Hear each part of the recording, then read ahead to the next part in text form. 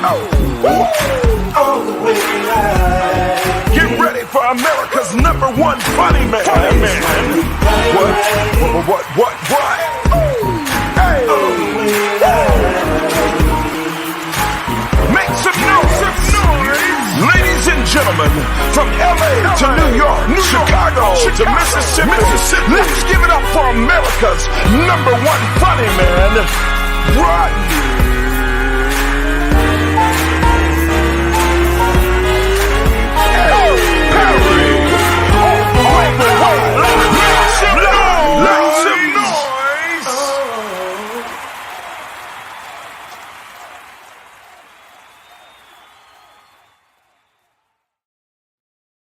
What up, party people? It's your boy, Rodney Perry. You're tuned in to Rodney Perry Live, and we are, in fact, live today. Wow, feels like forever. Been on hiatus with this show, traveling around the country, slinging jokes, and the fun don't stop, though. We've been running some great reruns. I had one of my boys call me and said, man, I was interacting with the rerun for about 30 minutes before I realized it wasn't live. That's what happens when you got a good show. Crazy weekend. This weekend, went out to Denver, worked with my brother Ryan Evans. Incredible show out in Denver. Shouts out to Big K Productions. Crazy. I was like at a supper club, and it was just sexy, man. The only thing drawback is they had no Wi-Fi. I don't know how the hell we was in a basement somewhere. It was crazy. Anyway. Then jumped on a plane, went to Chicago, worked with my friends, Michael Collier, George Wilborn, Leon Rogers, Damon Williams. It was the Kings of Chicago. No disrespect to the kings and queens of comedy, but oh my God, Beans, let me tell you something. Show was unheard of. Ridiculous, top to bottom, smash all day, all night. And then we was at home. So it was house music everywhere. And I told the people, we had to call a house ambulance for your ass. Because you can't do all this shit no more. You know who you are. All right. It's time to get the show underway. My co-host for the day is two of my favorites. One loved to argue with me. I don't know why. And that's why I love having her on the show, because she gonna disagree. Matter of fact, from now on, her name gonna be I Disagree. Welcome to the show, fabulous comedian, fabulous human being, Miss Eunice Elliott. What's up, Eunice? I thought you must be introducing somebody else. I was like, oh, he got another wonderful woman on that likes to challenge conventional thinking. Thank you for having me. Indeed. How are you, Eunice? I'm really great. How are you doing? I love this hair thing you're doing. You know what? I'm trying to let it grow out. And so every day is a different adventure, for sure. It's a different adventure. Yeah, I prefer a short pixie cut, but I'm just going to see what happens. I don't know if I've ever seen you with a short pixie cut. When you first met me, yes. I had a short pixie cut when I first met you. Really? 400 years ago. Yep. It's definitely been quite some time. I didn't realize that's what you think of me, that I love to disagree. Totally not. No. You a disagreeer. I like to challenge conventional thought. Yes. I'm comfortable with that. Okay. I mean, that's great for the show. Yeah, I'm not a go along to get along type character at all. No. But I actually hate arguing. I do not like to argue, but I do like to say, really? Well, save it for later. My next guest, just one of the funniest people I know. One of these, we'll disagree too. And I'm always afraid this girl gonna punch me in the face. I don't know if I ain't never seen it. I ain't never seen her get physical with nobody, but I feel like if you push her the wrong way, she'll go upside your head. Welcome to the show, comedian Gina G. Too funny. What's up, Gina G? Good morning. Why you gotta put me on the physical abuse? See, you Eunice, what's happening right now, sis? I don't know. I think because we are women who will speak up, we come off as argumentative when we're really just vocal. And maybe it's my own baggage, ladies. Maybe it's my own. I like combative women. I like you ain't gonna be in my life if your ass can't motherfucking tussle. Well, we right on time then. Well, we're right on time. No, we're right there. Y'all right there. We're Let's go. Matter of fact, if y'all was either one of y'all was a little darker, I'd be trying to holler. You know what? Not 2 shades darker. Come on now, man. You know what? And maybe I don't know if it's colorism, and I've been having it, and we can have this conversation a little later too, ladies. But are you affected by conventional views of beauty? Right? Like there are people that I think is ugly, but I had to ask myself, do I think that person is ugly because I'm affected by the white man? The white man told you they was ugly. He messed you up. White man. Listen, we are so indoctrinated by standards of beauty. Don't do it yet, Eunice. Don't do it, Eunice. Eunice is ready. Do you hear me? Eunice is ready. Where's my dictionary? Because we're not doing this morning. Let's go. Let's go. We come back, Eunice. Hold on. Oh, what word was that? What word was that? Candace, come on the screen. Eunice Good morning, ladies. Good morning, Rodney. Candace, while I've been off gallivanting around the world, Candace been running these shows every day. Well done. Thank you. All right, Candace. I see, speaking of dark-skinned, Hank Stewart is in the cut. What time are we bringing Hank on? At 9:30. He knows that. Yes. Okay, I don't want Hank to be sitting there going, why the fuck am I on here looking stupid? Because I'm dark skinned. I'm in the back. I'm in the back. I gotta be in the back. I'm motherfucking Hank Stewart. No, he knows. He knows. Hank don't cuss like that for the record. This is what I really say. Picture I sent yesterday? I did. Okay. With Simon. Yeah. It was me, Simon, and Hank. I don't know if I was in the picture. Tommy, you, yes. I remember that day because Simon got mad at me because he said he was a vegan. I was like, when you gonna lose weight? And he got mad at me. Right, because but that's neither here nor there. Let's not get into that. Okay. You can't hit people with that, Rodney. They vegan. Simon, rest in power, Mr. Simon, fellow Virgo, awesome human being. He had a great event this past weekend too here in Atlanta. Let's get into it. Tiffany Haddish, Aries Spears, Under Fire. I'm not gonna play the video. Thank you. Please I've been thinking about it. They did a sketch some years back about the sketch was about leaving a kid with a pedophile. Right. I don't know if they had some greater, grander idea. It was supposed to be funny. I think they missed the mark a bit, but they hadn't spoke about it till late yesterday.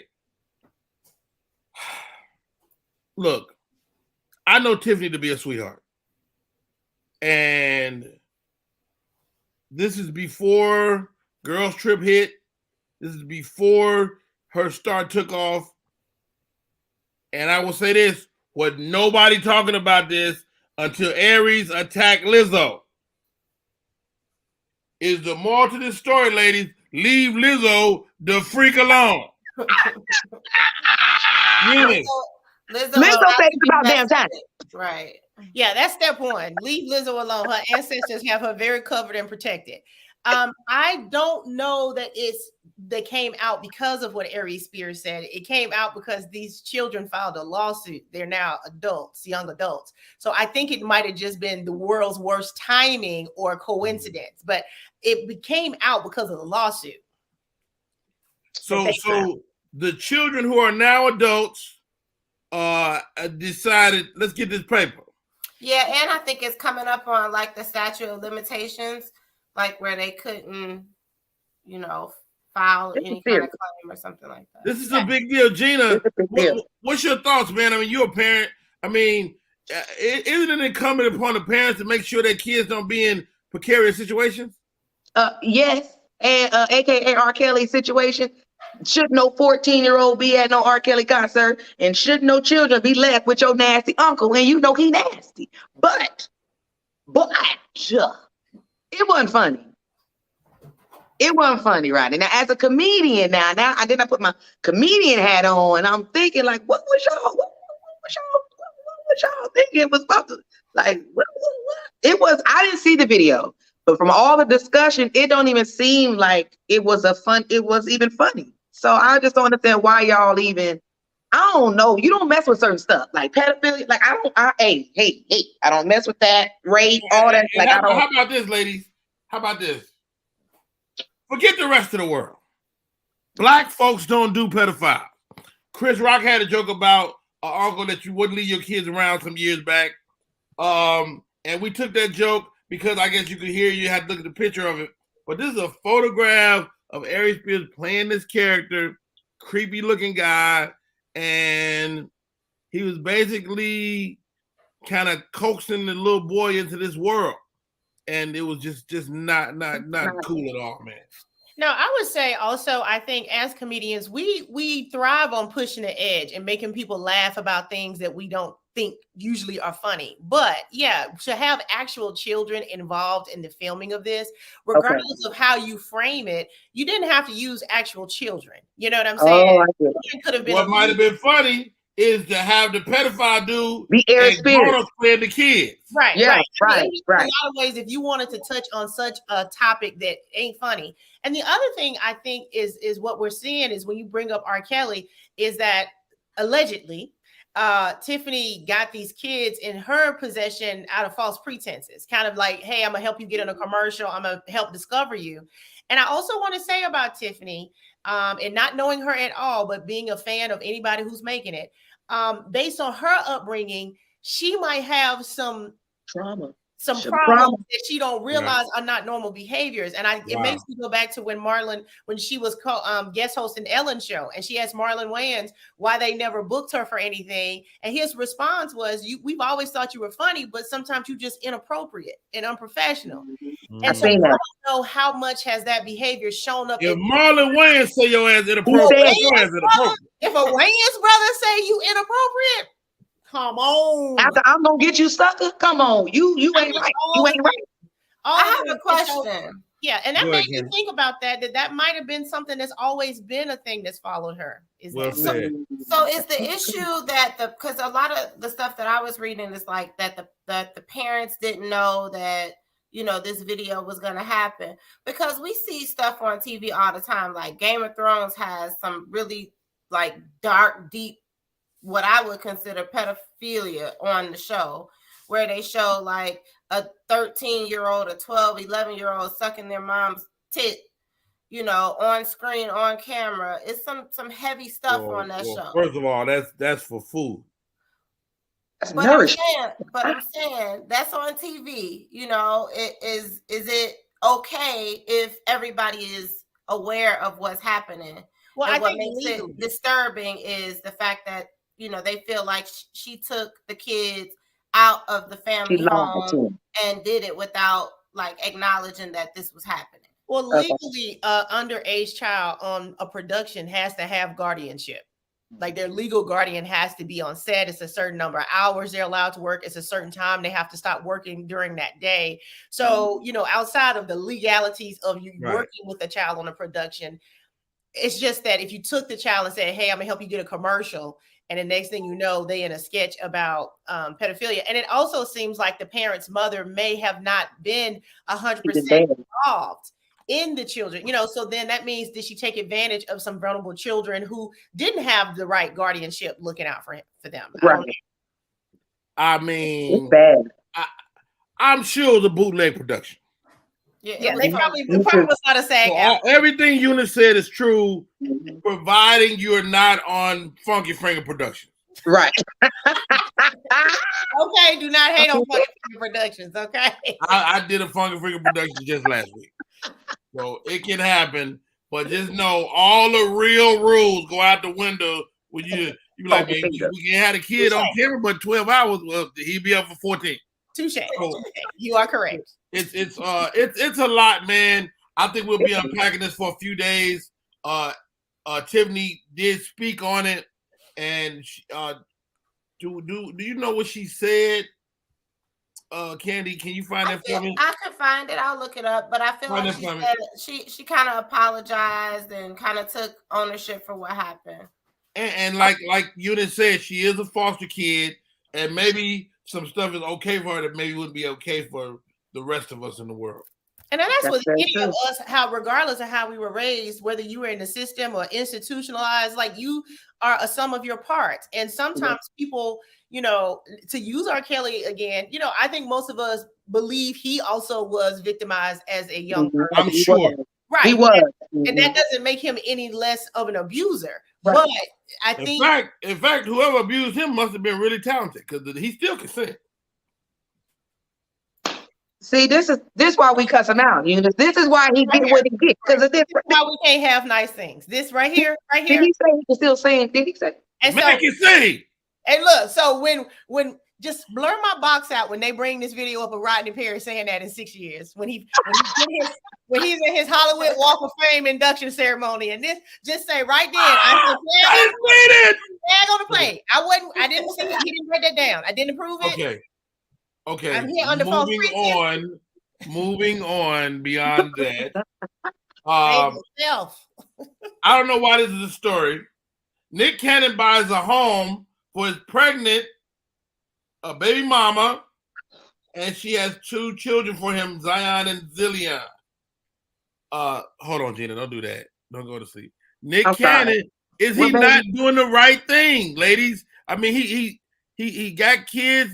He is shooting up the club, and in his defense, he lost a child last year. Multiple clubs. Well, thank you, Candace. Multiple clubs, and we rest in peace. Hey, everybody on the floor.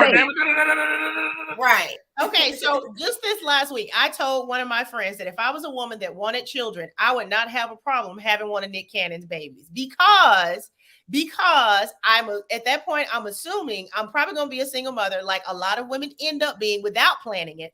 And also, I believe my child will be well financially supported, which unfortunately a lot of single mothers don't have. But they want a child, but they don't want all the drama that comes with it. Now, my friend sent me this article about Nick Cannon buying this baby mama a house, and I was upset because I thought that was part of the package. I thought, oh, wait a minute. Are we not getting houses and stipends and allowances with this carriage? Right. Why is this a thing? Right. I was annoyed that was news. I feel like every baby you implant, you are getting a new mortgage for that one. That's what I All right, there you got it. Rodney Perry exclusive. Eunice is having a baby with Nick Cannon. I was going to give him my dusty room and say, Mama wants a new house. Go ahead and let's make it. But y'all, we missing the big picture. We missing this is crazy that the world. Women have been conditioned to do things for bad financial decisions. Like, you know, people judge prostitutes and sex workers, and I feel like a jerk for doing it for free. I don't. Like, I've been giving away we all know you the don't. What happened to love? Exception. What happened to love? Nick Is the love gone? Call me Nick if you want a little powdered egg, baby. Call me. Powdered egg. egg. Don't nobody love nobody. Don't nobody want no man. Don't nobody want no husband no more. So like husbands and men in the house, all that's done nowadays. Like, I mean, you just want a baby and a house. That's what we doing. Go ahead. That's what we doing. That's what we doing, ladies. We just babies in houses. Babies in houses. Yeah. I don't appreciate Nick Cannon shooting up all these damn clubs because they got to schedule interviews with him for him to come to birthday parties, brunches, cupcakes to the school, and I got to be at home by myself and probably can't even date nobody else because you're Nick Cannon. I got your baby. No, ladies, no, we're not baby mamas. We are wives. We are queens. Stop sitting here talking about because he got money, he gonna buy me a house, I'm gonna have his baby. No, it takes more than that. My son up here having sex. I don't care about this house. I don't care about this house. I don't care about no money. I want my baby to stop doing it to these little girls, you know? So it's more than that, y'all. No, I agree wholeheartedly. I agree 100%. Eunice, hold on. We didn't went to it down another road. We got to stop. We got to stop right here. Gina G, are you okay? No. Your baby doing it? He's doing it, y'all. I mean, I know he's doing it. You don't know that, Gina. No, I listen, know. Rodney, you know, Rodney, you know when a young How old is he? How old is he? He's 16, and all my lotion is still full. So that's how I know the things is happening else places. he doing it. That's why you need a daddy in the house. And that's why you need a man in the house. You can't just be having kids in the big old house without no man in there. Well, Gina, what's your husband thinking? If you got a man in the house, what's your husband He thinking? love it. He talking about some get him some more condoms and He ain't gonna stop. bear skin. I'm trying to get him sheepskin condoms, and he want to get him bear skin. All right, Gina. Okay. First of all, thank you for sharing. I'm ready. Are you upset because that's your baby? Because wouldn't you do the same thing for a girl? Wouldn't you get your girl some type of contraception? Wouldn't you Lock her up? That is what it would be. If it was a daughter, she would locked up with babysitter club books. Do you understand me? No. But see, I feel bad. I think people do that, and then by the time the Pied Piper come by with that little key, that baby don't know no better. She is gone. I feel like I agree 100% with Gina. I think it should be families, but I think because what is happening is not families. I'm saying don't get no broke partner. That's all I'm saying. It is not about the money, because we see miserable rich people every day of the week. We know money doesn't make you happy, and some people. I'm happy poor, so I'm pretty sure money is what I'm missing to take me over the top. I do know that. Look at the fellas chiming in. Good morning, beautiful black queen. Robert Rosenthal asked a great question. Robert says, ladies must be passing over good men. Can I say something about good men? I know you about to say something. Let me let my hair down. Eunice got my brain hurting. Hold on. Let me take this bud back. Morning. Let me say this about good men. Good men is very subjective. Everybody has a different definition. Right now, if you said what makes a good man, everybody, what's your definition? My definition as a good man is you do what you say you're going to do. You have integrity. That's it. After that, everything else we can discuss. But don't show up saying, oh, I believe in this. I want this. I want to offer this. And you literally don't offer nothing that you described as a good man. That might not even been on my list. You won't even do what you say you're going to do. So men always want to offer this idea of, okay, yeah, I wasn't perfect. Ain't no women perfect. And ain't no woman looking for no perfect man. We do want integrity. If you say you're going to do that, just do that. I don't know. And I think guys would agree with me. A lot of nice guys finish last. Not because they lack integrity, because they don't have the swag. They don't have to. They're not cool like you want them to be. So he ain't lying. I think you grow out of swag. I'm 47, and I'm not looking for a swaggy dude at 50. You just said I don't care if your pants is up to here. I don't care. I feel like you should have outgrown your swag. I mean, hopefully you're attractive and you got something still going for you, right? But right now I'm looking for AARP. That's swag I'm looking for. I don't want your butt coming out your jeans at 55. I don't want to see you showing up to the date in the basketball shorts. And that might have been your 20-year-old swag. So swag is also subjective. They on compression socks now. They on compression socks. They wearing them copper tones, Eunice. They not. Yeah, they out here. I mean, it's a thing. Yeah, it's a thing. Gina, pull us back together. All right, young man. I'm gonna tell you this, Gina, and this is a father of 6, and I publicly say that I've treated my son different than my daughters, and it's completely unacceptable. I will say this: regardless of the sex of your child, they definitely going down. They do. Your boy child going down, your girl child is going down. I feel like it's easier to accept a boy than a girl. How do you feel? I don't know if it depends, because a girl can take your girl down. Let's not put our blind eye to what's happening in the world. Facts. But I think now it's just now I think because he knows like what I'm doing. So now I know he knows that when the door closed and the music playing, now he like, it's not right, y'all. Now that's a great comment, Gina, because now he know what's going on. He know. When he hears the game, he ain't stupid though. He been new. But I'm saying, but now he he no. Like he knew. But But now he can I feel feel like it. No. Like now, now when he said he going to play Legos, you like, hold on, wait a minute. Me and your daddy been playing Legos, and now you talking about you going to play Legos. But it might be we've better. been lying. We've been saying we're going to read a book. That's what we've been saying. We about to go in here and talk. Y'all ain't reading no damn book. Yo, go ahead, Candy. I was saying it might be better now that he knows, because he doesn't want to be there while you know what I'm saying, or like listen anymore. Like in the past, he might have been like, let me see what's going on in there. But now that he ask you this, Candy. He'd have opened the door. He'd have peeked. He'd be like, whoa, they wrestling. But look, Candy, you got a college-age son. You had to talk with him another day. He's a great kid. He's got great grades. Is he out there in them streets yet? Probably is. I definitely bought him some condoms. Definitely. He's on college campus. I know that nigga out there. You hear me? College campus? Let me tell you, I know Evans men. I've been with these dudes my whole life. I don't know. He be sitting there being all nice and good. I'm like, you little nasty. Now I do think he like white girls.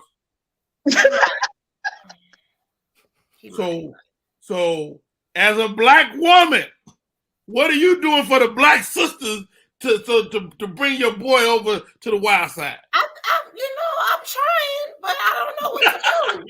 I can't make him do nothing. Hey, Candace. I can't make him do nothing. Well, listen, everything that somebody has is a preference, right? It's a reason why.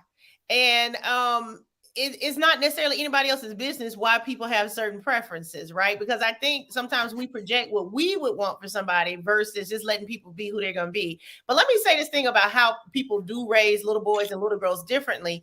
It's what's wrong with the world today, because it's why men and women can't get together, because we've been raised to think and believe totally different things about relationships, about partnerships, about contributing to the family, because little boys are raised one way, little girls are raised the other way, and we can't get on the same page.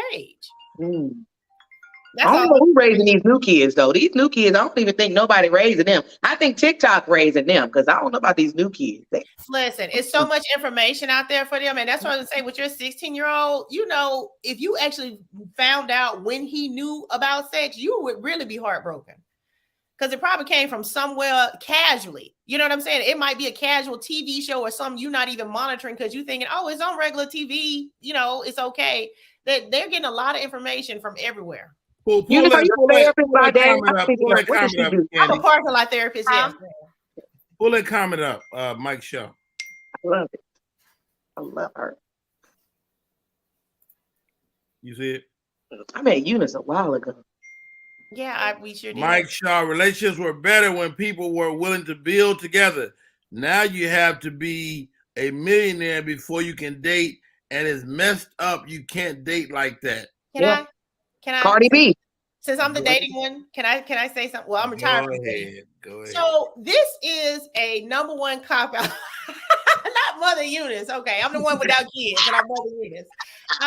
Men will always say women are looking for millionaires or you got to be rich. And I'm saying that doesn't make sense, because then in the next statement, they'll say, oh, women are masculine because they make all the money. Women ain't looking for you to have money like that. We're looking for you to do what you say you're going to do. If you're going to call me back, call me back. If we got plans this weekend, show up for them. But hold on, Eunice. You just said it. He can't be broke.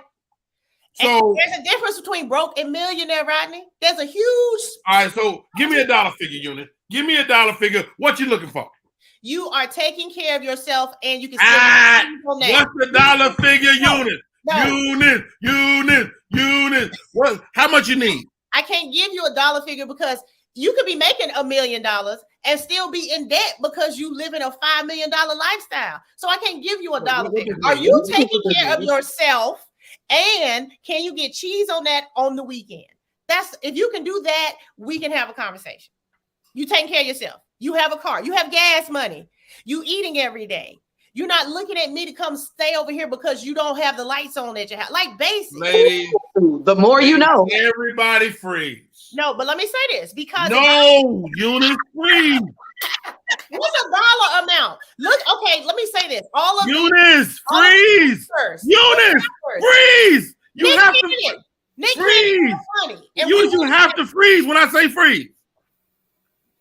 Goodness gracious.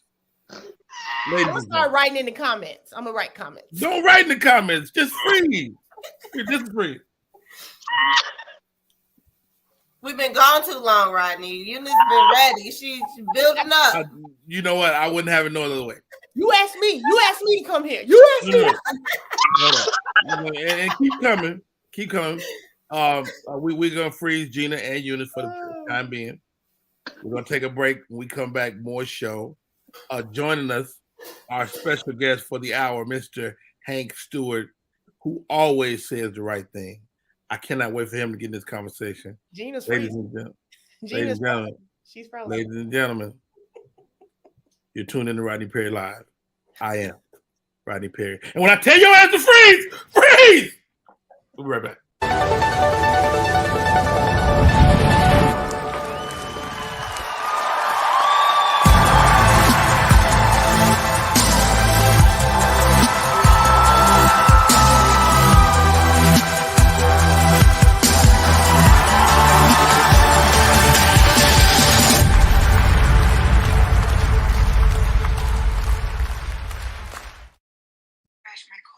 Want your book or music to be published? Skip the confusion and rejections from others. Let bepublished.org publish and promote your work for less. Bepublished.org handles it all, from cover design to worldwide distribution, with high quality and fast turnaround. You even keep rights and royalties. Everything was perfect. You made my dream come true. My book and CD look so good. Call 972-880-8316 now. Bepublished.org. 972-880-8316. We are back in full effect. My name is Rodney Perry. You're tuning in to Rodney Perry Live. You know, I got to be honest, and if I'm completely honest, and I know Eunice won't have it any other way, if I'm being completely honest, when we lost our friend Tommy Ford, rest in peace to a great man,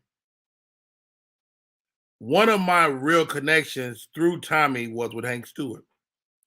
And I don't know if this happened to him, but I just couldn't be around the guy, because it just reminded me so much about being with Tommy, and he and I and us as friends, all being Virgos. And it was difficult just to be around my friend. So hopefully I won't get too emotional this morning as I bring on fabulous poet, fabulous man, father, mentor. When I need to know about politics, he's my first call. Ladies and gentlemen, Mr. Hank Stewart, how are you, sir? Candy gone. Okay. How you doing, bro? What's going on, man? Hey, man, first of all, thank you for coming on, dude. And again, man, Hank, please accept my humble apology, man. Oh, no, I'm with you. I totally get it, bro. I totally get it, man. We were, we had a connection, man, the three of us, bro, that was crazy, man, because even when Tommy was sick, you were in Denver going through your own stuff, right? Yeah. So I was kind of really messed up, man, because, I'm thinking everything is okay over here. And in Denver, it was some stuff going on there, man. So, no, I totally get it, bro. I totally get it, because we're always right here, and I know that for a fact. I know that I have never called you and you not showed up. Never. Yeah, man. Hey, such a great guy, man. My mother loved you. Mm. She said, he's a dog man. You like that chocolate. Mom like that chocolate, huh? Yo, man, you do so many things well. What do you like to do most? Man, I'm in Aruba right now, bro. And so I'm having a blast. You know what, man? I like writing. I still like writing poetry, man. I mean, I love everything that we do in the community with the kids, man, feeding the homeless, the career days, all the stuff that, that bonded us, right? All those things that brought us and let us know that we were serious about humanity. But I still like writing, man. As a matter of fact, this was a good trip, man, because I wrote a couple pieces while I was here. So it's just, it's still just, man, it still excites me when I write a piece of poetry. It excites me when I'm getting on the stage and performing. And I've had some of the best opportunities performing, from Michelle Obama to Rosa Parks, Essence Festival, Mike Donald's commercials, winning the Emmy Pro Max Gabby Award, trumpet awards. I mean, I've done a lot of stuff, man, but I still get nervous and I still get excited, bro. Wow. Hearing your resume as you broke it down, is it ever difficult for you to shout your own horn or toot your own horn? Yeah, it is, man, because I mean, you know, I just think that you let somebody else do that. Now, if I'm challenged on it, you know, it is what it is. It is what it is. If I'm challenged, man, I just received an honorary doctorate degree for humanity back in May. Also was the speaker for Georgia Gwinnett College, which is a huge college, their commencement. So it was really kind of powerful writing, because AJC did an article and they were running people like Tyler Perry and the CEO of Delta and the CEO of UPS and all these speakers who were doing commencement exercise, and they put my name right there with the Georgia Gwinnett College. So if you Google it, man, the speech went viral. It's just, you know, but I know, man, I know without a shadow of a doubt that this is what God put me on this earth to do. That's the one thing that makes it so much fun. I ain't questioning, you know, Miles Monroe once said, the greatest tragedy in life is not death. The greatest tragedy in life is be given life and not know why you live. And I know why I'm here. You know, Mark Twain said the two greatest days of your life is the day that you were born and the day that you realize why you were born. Now, I personally believe there are three great days: the day that you were born, the day that you were born again, and the day that you realize why you were born again. So I know why I'm here, right? Even Steve Harvey said, the great philosopher, Steve Harvey. Steve said, your career is what you're paid for, but your calling is what you're made for. So I know I'm here, bro. I know why I'm here, and that's never a question. Wow. We're sitting there, we're talking to Mr. Hank Stewart. Hank, you're always one with his feet in the political arena. You will not tolerate for less from us. What do we need to pay attention to right now? Stacey Abrams, bro. Stacey Abrams, that election, Warnock election, because those elections have national implications, right? So, you know, you get Warnock back in, you give a political party an opportunity to continue to do the things in the community, you know. But I think Stacey, man, Stacey's a beast, man, and she deserves it. She was cheated out of it the last time. You know, she's phenomenal, and she would do amazing work in the state of Georgia. Man, there's too many people walking around, man, who are working poor. Man, they get up and they go to work every single day, and they can't afford health care, and that's something that Medicaid. You know, Georgia Medicaid will bring jobs to Georgia. You know what I mean? So it's I think, you know, you just got to be on top of that, and I think all of us need to send her $5. You know, I mean, think about it. There's 10 million people in the state of Georgia. African Americans make up 32% of the population. If black folk just send her $5, which is about 3 million, a little over 3 million. If every black person just sent her $5, she got, you know, that's $15 million. Right. You know, just to run a campaign. I mean, we need that. We need that. I mean, you buying Starbucks, just send her a $5 check. You know, and I promise you, it seemed like nothing when that $5, but you got to let a million people send you $5, and it changes things. It makes things different. We're talking to the ladies today. My co-host. Man, I'm telling you, look, bro, that was hilarious, man. When I tell you, man, this is bit, man, I'm sitting over here crying, man. And you know what's crazy? Everybody's right. Everybody who's on there is right. Everybody. Wow. Okay, stand right there, Mr. Hank. Let's bring my co-host on, Miss Eunice Elliott, Gina G, Candy. You come here too. Put Hank in the middle. Hey, Hank. What's happening? What's happening, Candace, Eunice? I mean, you know, I'm telling y'all up, man. Y'all up, man. This needs to go viral right here this morning. Everybody's right, man. It was hilarious, man. Everybody's right, but tell me this, Hank, and Okay. And I think Eunice is right on so many levels. How do we make it where the divide between black men and black women is smaller? You know, I think it's not as difficult if we've made it. I think if we just come in our real authentic self, man, there's too many games being played. I think you don't know who you're talking to daily. You know what I mean? And I think if you can show up with your look, sister, you know, Mrs. Nona Clayton called me right here. Look at this, bro. She called me. Wow. This is crazy that I have to let her go to voicemail because Rodney, you take priority. Wow. Miss Clayton. Miss Clayton was calling. But I think, you know what I think it is, bro. I think it's that situation where we get to the point where we're honest about who we are. You know, Dr. Dorothy Heights once said, Black women seldom do what they want to, but they always do what they have to. Dr. Janetta Cole once said, you can educate a man, you educate an individual, you educate a woman, you educate a nation. And I think if we come together just being who we are, our honest, authentic self, one reason why Rodney and I get along so well, because we ain't never questioning who we are. I mean, I know Rodney to be who Rodney is. I know what I'm getting. You know, I know what I get with Rodney. And so it doesn't change. It doesn't change the audience.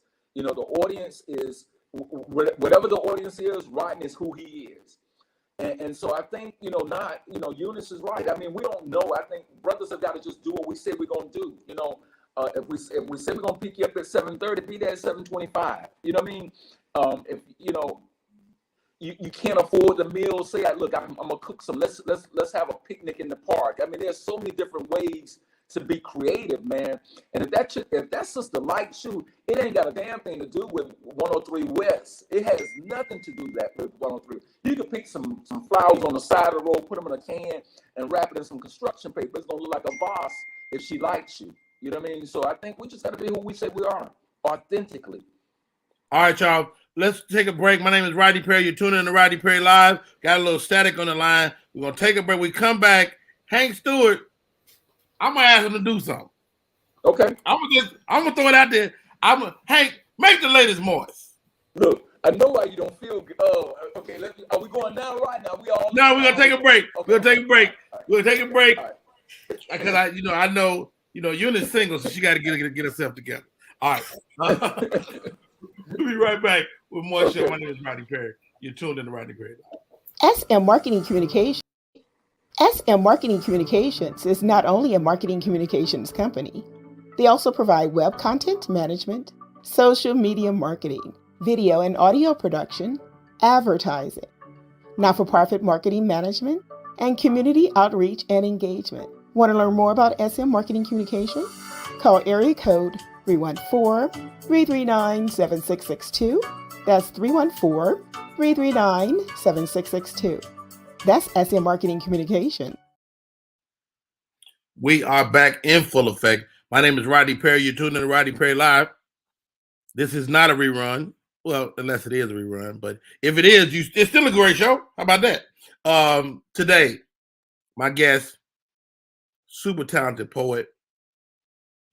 And let's bring him up. Hank Stewart. Hank, you're gonna do. I want you to do a poem if you could. Okay. You're gonna do something for the ladies. You're gonna be revolutionary. What you need to do? Because I can put the ladies on the screen. No, I think let's put the ladies back on the screen. We're gonna go a little chocolate. How about let's do some chocolate? How about that? You gonna give them some chocolate?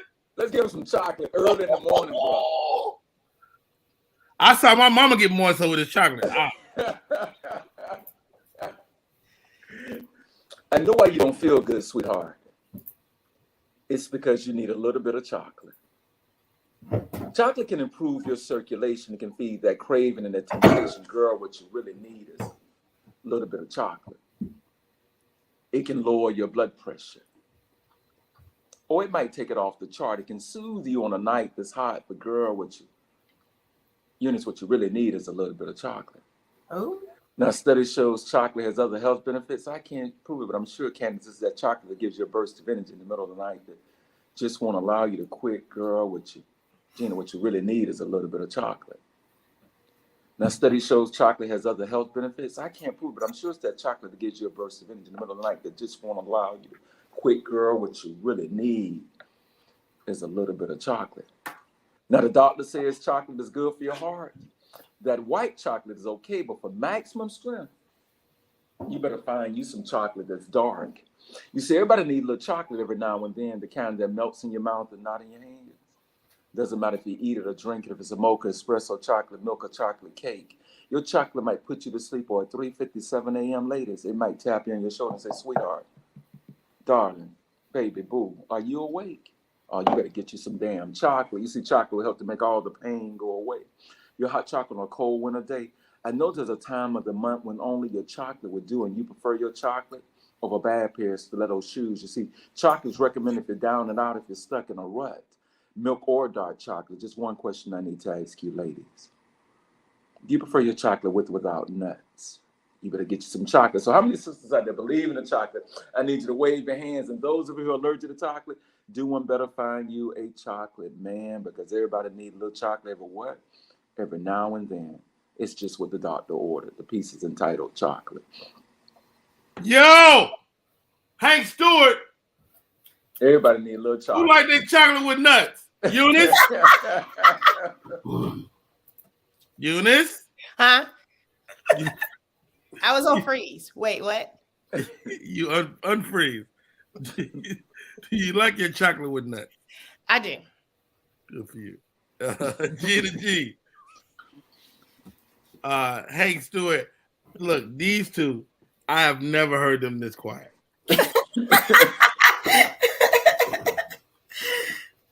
I mean, all jokes aside, ladies, and I think Eunice made the greatest point is be who you say you are.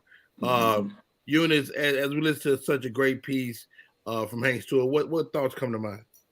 Oh, so many. First of all, that was beautiful. I've had a chance to meet Hank in passing before. I love to see a man in his creative space. That's attractive. So you could have been talking about anything. It would have been awe-inspiring, because I think so many times men don't get a chance to operate in their gifts for fear of what somebody's going to think about them if they're creative. So thank you for sharing your gift with the world, and we needed it.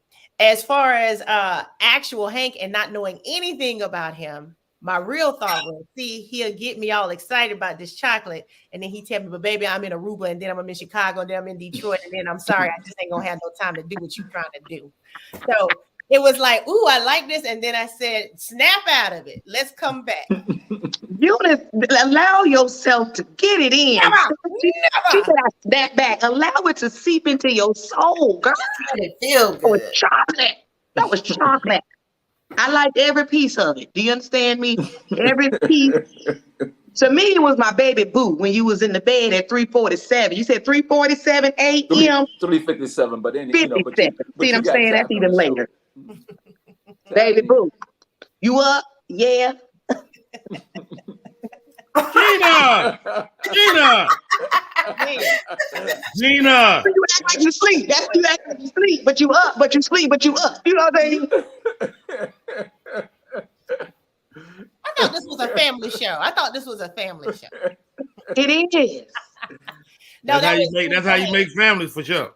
It was really beautiful, Hank. Seriously, and I It love, was very nice. I love to hear a black man speak softly. Softly, and it was for me too. It was very like the confidence that you exude. Like when you're speaking, it's like you're not even thinking. You're just like speaking from your soul and your spirit. It was very beautiful. Thank you very much. That's an interesting point, Hank. Do you and me and my buddies talk about it? Are the young men different now? Like you and I are a certain age. I'll be 52 on my birthday, which is a week and a half from now. And I just turned 59. You just turned 5'9". Are the men, let's say 35 to 45, different than us? Yeah, but it's our fault. We didn't rear them. It's our fault. We have to take ownership. You just like that. Look at Eunice. Look at you. I'm listening. Well, the first step to recovery is admitting there's a problem. I think we lost a lot on our watch, man. And the reason why we're who we are today is because we had people who reared us properly. So we can't turn around and get mad at these young cats, man, if we didn't do our job. That's one of the reasons why we go so hard in the foundation, right? You know that. That's why you're a part of it. That's why you show up, because we're going to do what we say we're going to do. But I think the first step to recovery is admitting there's a problem. And when you look at our young men, and they're sharp too, man. I mean, I've spoken every youth detention center in the state of Georgia twice before the pandemic. I drove from Savannah to Clayton, Eastman, Caldwell, down to Macon, up to Rome, Dalton, Gainesville, Marietta, Augusta, Wilkes, Milledgeville, Rockdale, DeKalb, Metro, Stonewall, Hampton, Columbus, Terrell, Sumter, Chris, Thomasville, and ended in Waycross. Did it twice before the pandemic. I didn't meet not one bad young man in the prison. I met young men who did bad things. But once we got beyond who they were and understand that, some of them went there because they were the third generation, bro. I mean, the guard has seen their father, their grandfather, and now them.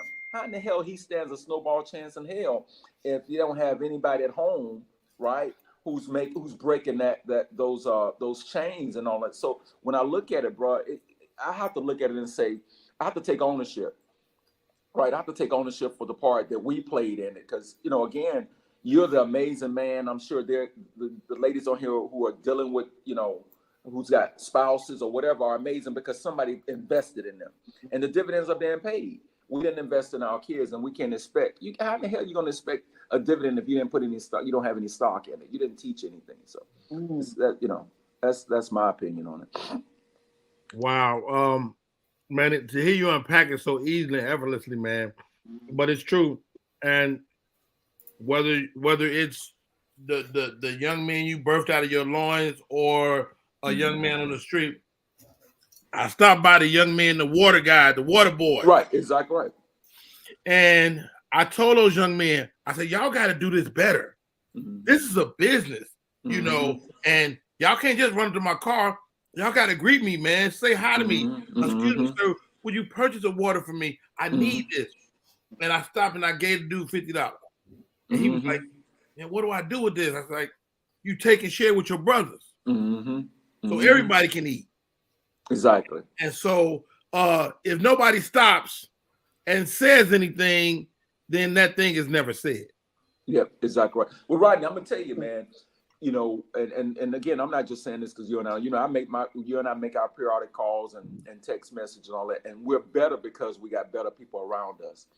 There's my pastor, cameraman St. Alexander used to say, if a drunk hang out with a drunk, neither one of them ever be sober. Right. You're hanging out with people who ain't going nowhere, it's not going to be long before you're going to have your brakes on.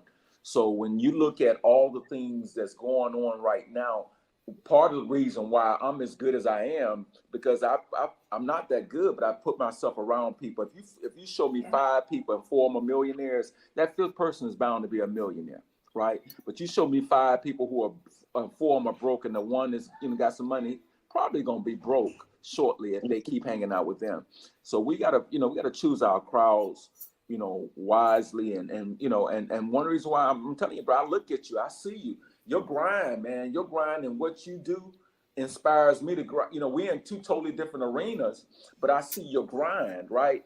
And if I look at your grind, I can just take that grind and apply it to the area that best suits me. So you know what? I get up early. You know what I'm doing? I've walked the beach. I already got. Today is day 2,077 straight workout days for me. Haven't missed a day since December 30th, 2016. I've already got 11,000 steps on my right now. I got up this morning 5 o'clock in the morning. But you know what I was doing when I was walking the beach? Man, I was reciting poetry.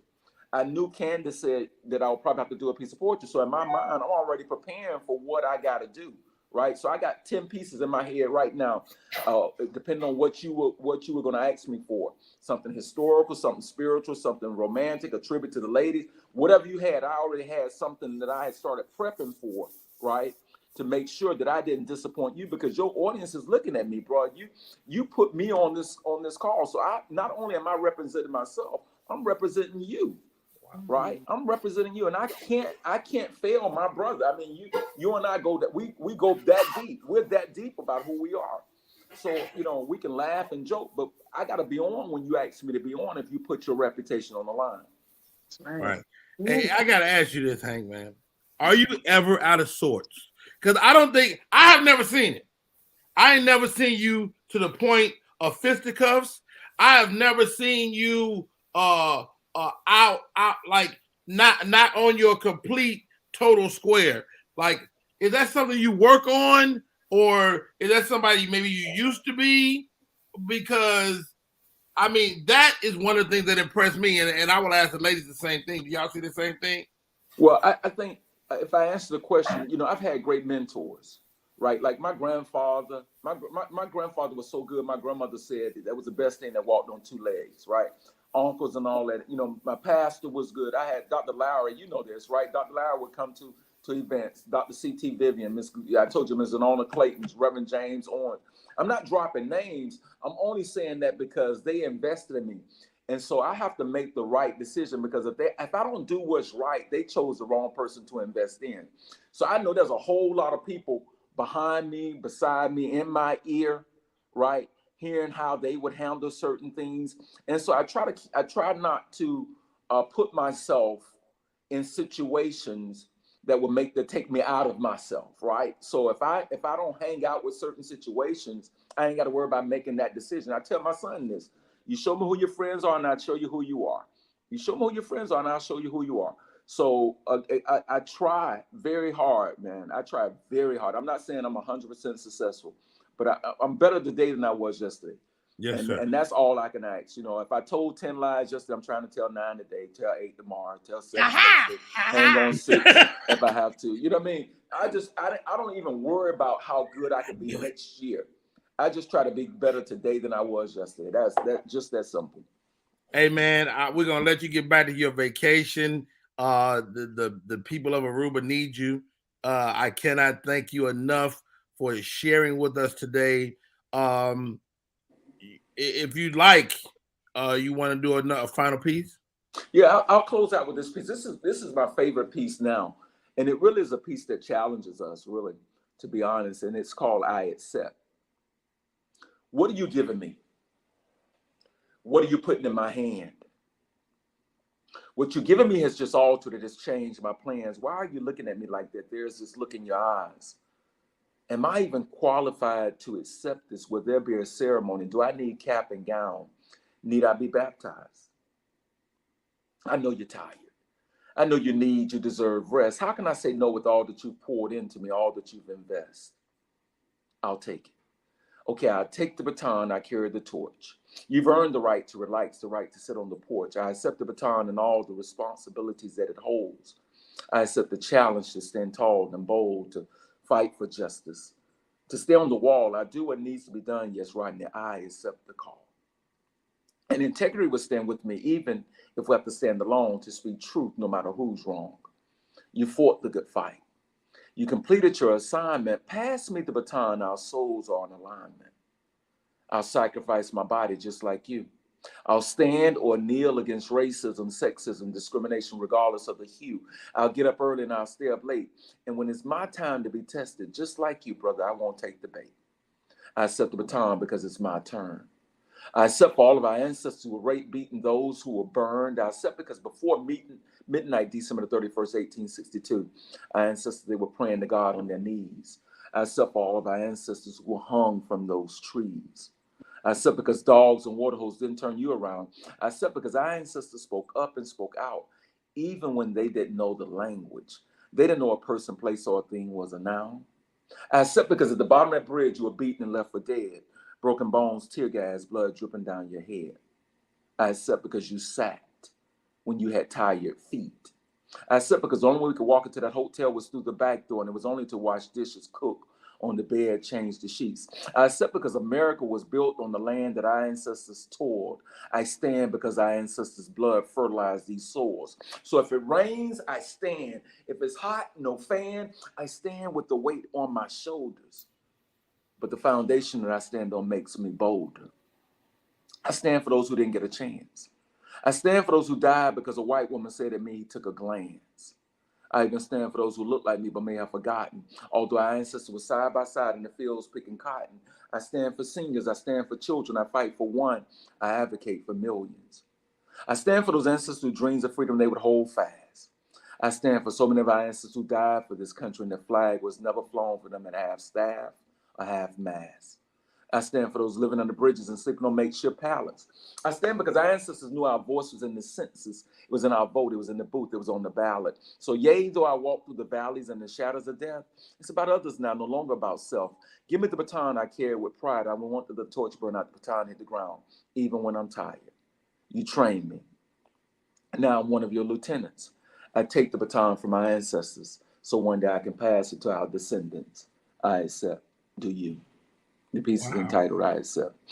Wow, I accept and I accept. Hank Stewart, how do people stay in touch, bro? Easy, bro. HankStewart.net. I'm on all my social media handles. Hank Stewart, poet. It's easy to find me. I ain't hiding from nobody. That's a good thing. So just Google it. Wow, thank you so much for sharing. My name is Rodney Perry. Man, thank you for allowing me to be on the show, man. Thank you, Hank. Hey, Thank you, Hank. Hank Stewart. Hey, let's reset, Candace. And wow, what a great hour. Thank you, Hank. Thank you all. Thank you all. Wow.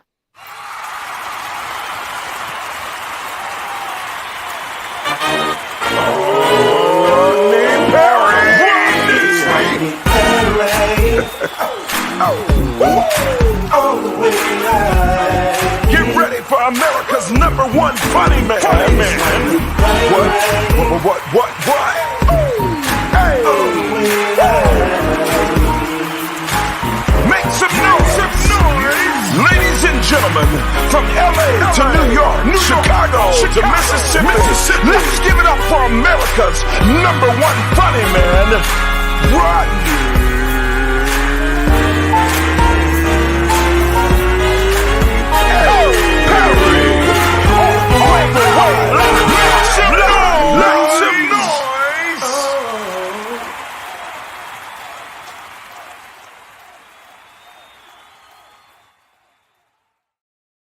We are back in full effect. Shouts out to Victor Marshall, sewing into the show. $1.49, appreciate it. All of you that continue to watch us, be a part of the show every day. Latrice Harris, LeBaron, my brother, Lavinia, appreciate you. You guys are always welcome. Thank you, Rob Johnson. Thank you, Alfreda. Taki, welcome. Ashley, appreciate you. Mike Shaw in the building, and so many other great folks today. Wow, Hank Stewart, such an awesome human being, man. If you go through your life, I remember when I turned 40, I was like, I probably won't meet another friend. And then I met more friends. Men, especially, that I call my friend. Whether it's Hank Stewart, whether it's people like Tommy Ford, Tone X, these guys became my friends post-40. And probably rank as some of my closer friends, to be honest. Trina says, excellent piece. And we ventured to go down this path earlier. I had to pull the ladies back. Before we go, Baltimore Comedy Factory this weekend, just added. I'll be in Baltimore, one of my favorite cities to perform in. Love Baltimore, man. Just the realest people in the country. Shouts out to my co-host. She's calmer now. Eunice. I'm always calm. I get passionate sometimes. I get excited. I get fired up. But always calm. All right, no problem. This is what I learned from Hank, is you ain't got to really be talking loud. So you know what, Eunice, you're right. And I apologize if I came at you the wrong way. I really appreciate you. No, you always come from a place of understanding and care. That's why I always say yes when you invite me, because I do know that you can hear and receive information, even if it's not your information. And that makes you a great American. I'm getting better. Mm-hmm. I'm getting better. Welcome also, Gina G. Too damn funny. Yo, as my comedy peers, I really have went out of my way, especially with the advent of the Me Too movement. You got to really ask yourself, have you been that guy? Have you been the guy that ostracized your female peers, or that created a space that wasn't completely comfortable? Or were you guilty by not saying nothing or not doing nothing? Right? So I've had to ask myself that over the last, couple of years, man. And what's your guys' thoughts on that? Like, as women in comedy, should I work harder to protect you, or, and this was my thought, is that my female counterparts are dope. So do I do you a disservice protecting you? Ooh, I ain't been really protected to answer this question. ain't nobody really shielded the sister. So let me just go like for you, Rodney, personally, you have always, oh my God, been not only like a gentleman, not only like a big brother, uncle, daddy, sometimes don't touch, don't say, don't do. I mean, that means the world to me because not only are you like a coworker counterpart, but you're like a really big deal. So it's not like you're just, one of the open mic comics, no disrespect, but I mean, you Rodney Perry, you know what I'm saying? So nigga, you got a song. You got a song, my nigga. It's a hot song. You got a hot That's my jam. That's my jam, girl. So it just hit a little different. So I would love for more male comedians to protect female comedians, especially in certain situations, whether it be on stage in the crowd or from other comedians. But unfortunately, it seems like this game is, like everybody for themselves. Unless you're a part of my little crew clique, I'm definitely not helping you or dealing or protecting you. So, I mean, I haven't had any problems, Rodney, but I haven't had no protection like that either to say a male comic stepped in and was like, yo, you know what I'm saying? Nah. Right. Between you and Marvin Dixon, you guys have been kind of like the kind of driving force to make sure I'm okay. But these other comics, I love them, but they ain't Jay-Z, Beyonce. Yeah. Let me ask you this, Eunice. I agree with that. Let me ask you this, Eunice, just on a similar note, but a little different, because like when I think of like, I don't know if y'all seen this, Tiffany Haddish and Kevin Hart were on the Breakfast Club. And I think Kat had said something about Tiffany or blah, blah. And Kevin came to her aid. But Tiffany had already addressed it. Like, is there a moment when a guy is doing too much? Yeah, so I believe that you teach people how to treat you. Okay. And so, and knowing me, Rodney, and how I handle myself, it's not going to be too much disrespect come my way out of just sheer ignorance, right?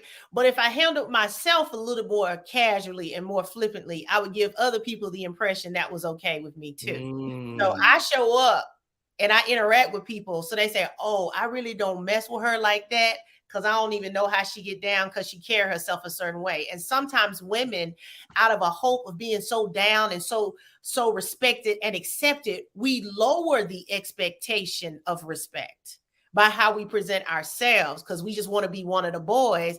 And then when they come with it, it's hard to then act like they out of pocket, because you kind of want it to be down. You want it to be one of the boys. But I think, Rodney, someone like you, it's not an act you have to do. You set the tone for the spaces you hold. And so I don't know if you realize in the rooms that you're not in, they act different when you're not there. I've learned that recently, because I like certain guys, like y'all, my friends, y'all go, so-and-so is a creep. And I'm like, really? Mm-hmm. He's never creepy around me. Right. You wouldn't see that around you because of how you manage yourself. Right. So I think if more men manage themselves accordingly, it ain't about protecting or fighting somebody on a woman's behalf. It's about the way you carry yourself will change the tone in the room for every other man. They will know it's not allowed. If you come into somebody's house and you see it spotless, you taking your shoes off at the door. If you see they don't give a crap about their house, you is throwing bones on the couch. You doing what they doing. And so I think for women, we want to be respected and accepted as funny people. Right? Sometimes we want to hang out in the parking lot and we want to be kikiing as well. But also there's just a line of human respect that sometimes men don't see women outside of comedy. A lot of times men don't see women as humans. They don't see women as someone. A man will cheat on his wife before he cheat on his barber. You hear me? So men don't even think about what a woman is feeling 99.9% of the time, because she's not really a real person. But certain things he would never do to his boy. Because why do you think that is, Eunice? Why do you think that is? Because I think men are more emotionally attached to men. They feel more relaxed around men to be themselves. They feel more connected to men because maybe they were in the service together. They were on a team together. They hoop together. They have something that they have. Yeah. And so they have a more emotional connection than they have to women. How do we achieve that thing with our women? I'm glad you asked. Stop trying to have relations. It might start by if you would stop trying to get in there and just be. Can we play basketball without your balls for real? For real? But even beyond that, I think that goes back to we were talking about how little boys are raised differently than little girls. Little girls are taught to express themselves, use their words. And also we're allowed to cry. We're allowed to fight with our girlfriends, and we're allowed to have attitudes. We're allowed all our full expression of emotions. And men are very stunted as little boys on the range of a person they can even be allowed to be accepted, right? And so a little boy can't cry because now you're not a man, and all that bad information. All right, right? hold on. And so then what happens is little boys are taught that little girls are weak because we can cry or because we can show emotions. So now little boys have this information that being emotional or having access to emotions makes you weak. And so now they walk around as it doesn't. It does, Eunice. It makes you a human. No. Let me tell you what you don't. Let me tell you what you don't want. Let me tell you what you don't want, Eunice Elliott. If somebody knock on that door in the middle of the night, you don't want them sitting in the corner weeping. You don't want that. There's a difference between having emotions and being a punk. You don't get both. Yeah, you can. You don't get both. I'm trying to tell women is like the thing that makes you toxic is also the same thing that makes you go toward violence. It's the same thing. You can't take one thing out in lieu of another thing. But let me say this. If something goes bump in the night, right? Because my man is sensitive and has access to emotions. He knows I'm scared. He also has empathy. So he knows I'm terrified. He's probably terrified too, because a human probably would be terrified at bump in the night. That's normal. But he's going to react in a way that's not going to put his harm on his family. He's going to act in a way to protect himself. He's going to take care of it. He's going to walk toward it regardless of how he feels. And he's better. And if he's better. I would not have a problem if he was hiding in the closet with me calling 911. That's not true, Eunice. That's not true. You're lying to us, Eunice. 911 on him.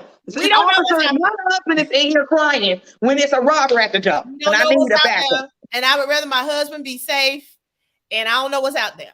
I don't know what's out there. Your husband in the closet, you sit in the bed, and you comfortable with that? No, Stop we hiding together. We hiding together. Stop it, Eunice. We hiding together. No, y'all ain't hiding. Let me tell you, for real. I do not like hyper-violent men. And I'm not saying that's violence, but if you protect yourself. But I grew up around that. I go the other way. I don't like a man who has no thought process. Let me help you. Let me help you. Out of fear. Because a lot of times people are reacting out of fear. So I'm going to get you before you get me. And sometimes you need 10 seconds to just process some information. Eunice, let me help you. Okay. You do not want a guy that's going to hide in the cower in the closet with you. But see, cower is a judgment. All right. If he's in the closet with you. Why you say in the closet like he need to come out? I mean, he don't need to come out. He do need to come out. And don't shoot the man at the door that's trying to come in here. No, because you know what? What if y'all walking down the street, and somebody try to, grab your pocketbook? But that's different. But that's also different than we hearing something go bump in the night. Because look, I'm being for real. It is a lot of reasons why you would hear something go bump in the night that you don't need to be shooting through the door. But he needs to check it. I don't care what it is. If it's a rat, people kill their kids. We've seen people kill somebody their brother broke down and was knocking. Well, stop sneaking in the damn house. If it's late, you should have came in here late. Let's take a moment to just figure out what's happening before we go balls to the wall. No. See, I'm not watching no movie with Eunice. I'm not watching no scary movie with Eunice. Let's process this information. No, Eunice. Let's say this, Eunice. You're right. Let's take a moment. But your ass should never be in the closet.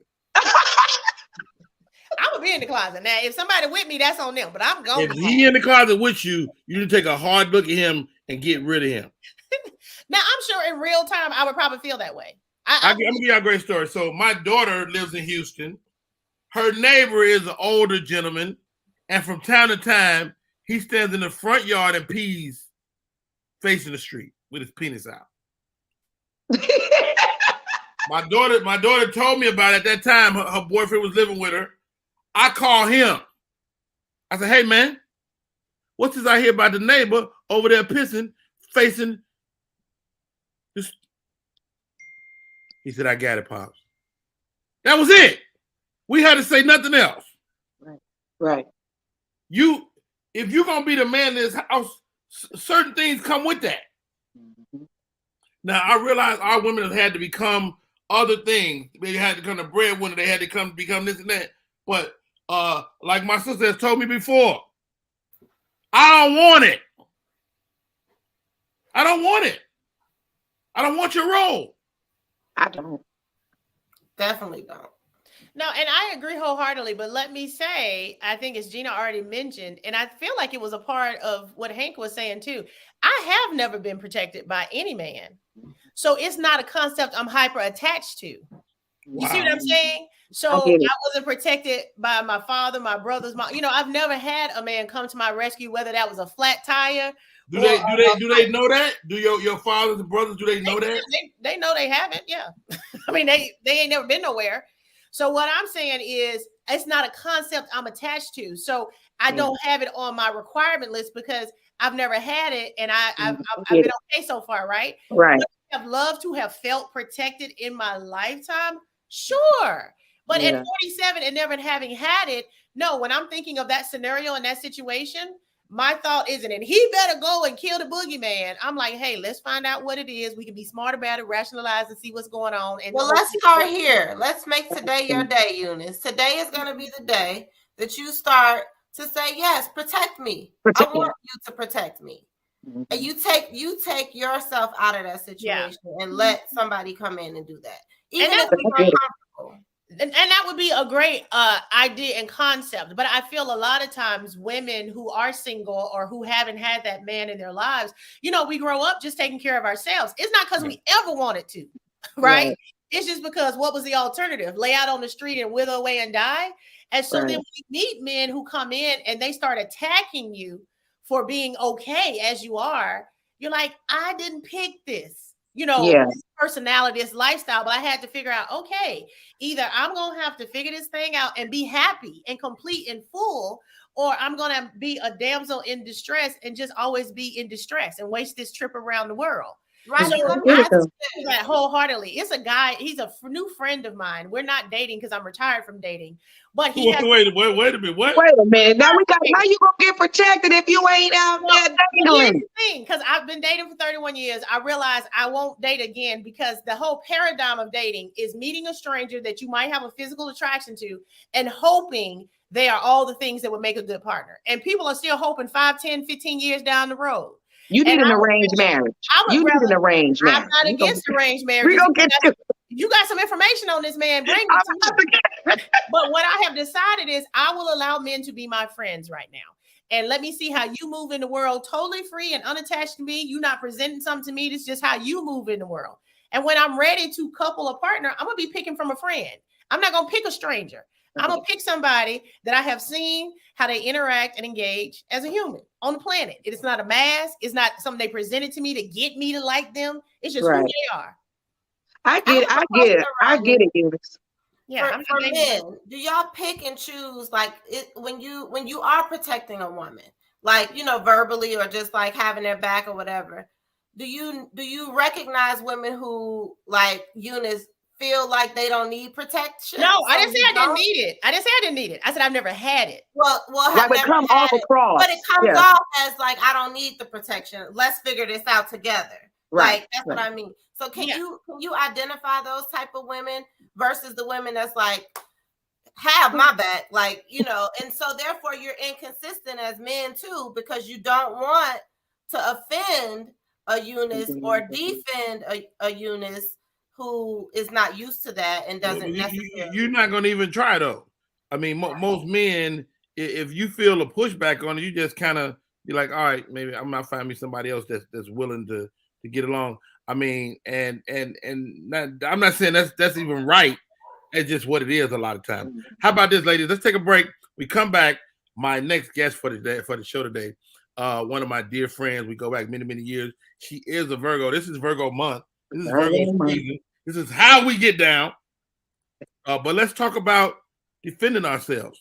You know what I'm saying? We talked about, getting defense from men, but how do you defend yourself? Are you prepared if you're alone at night and somebody come up on you? Can you defend yourself? Gina? Eunice? Why for you ain't ready for the fight? Let's see. My back. Rodney Perry, you're tuning to Rodney Perry Live. We'll be right Want your back. book or music to be published? Skip the confusion and rejections from others. Let BePublished.org publish and promote your work for less. BePublished.org handles it all, from cover design to worldwide distribution, with high quality and fast turnaround. You even keep rights and royalties. Everything was perfect. You made my dream come true. My book and CD look so good. Call 972-880-8316 now. BePublished.org. 972-880-8316. Type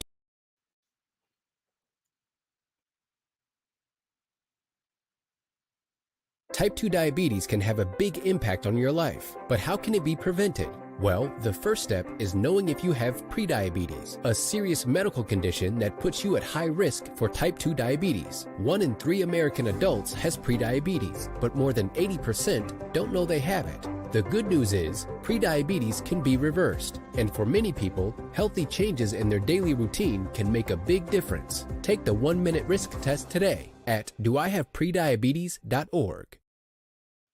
We are back in full effect. My name is Rodney Perry. You're tuning to Rodney Perry Live. We do the show every day. Every single day. Not well, unless I'm busy. And I will be busy this weekend at the Baltimore Comedy Factory. It's going down Friday, Saturday, and Sunday. My next guest, fabulous comedian. Her face is looking immaculate on today.